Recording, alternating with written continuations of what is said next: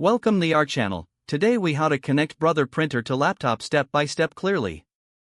First, ensure your Brother printer is powered on. Connect the printer to your laptop using a USB cable. If you're setting up a wireless connection, make sure your printer is connected to the same Wi-Fi network. On your laptop, open the Settings menu. Navigate to Devices or Printers and Scanners depending on your operating system. Click on Add a printer or scanner. The laptop will start searching for available printers. Select your Brother printer from the list of found devices. Click on Add Device to proceed with the connection.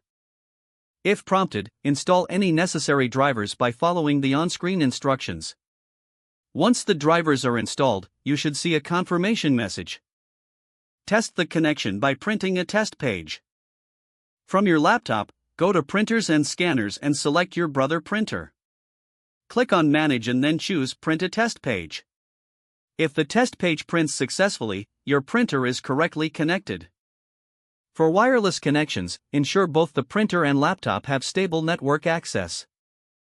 Now, you can start printing documents directly from your laptop. If the page does not load, refresh the browser or try again in a private or incognito window. Make sure you are using the correct email address, then retype it carefully to avoid small typos.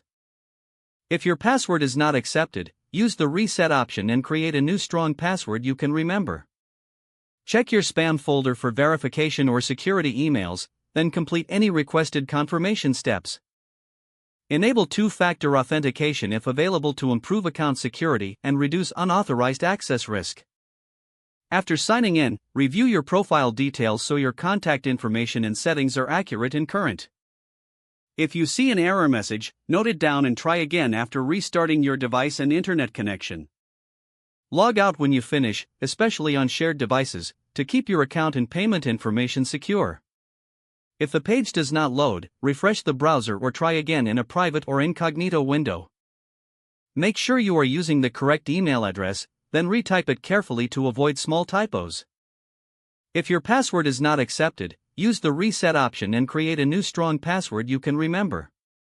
Check your spam folder for verification or security emails, then complete any requested confirmation steps. Enable two-factor authentication if available to improve account security and reduce unauthorized access risk. Don't forget to like this video and subscribe to our channel for more step-by-step tech guides.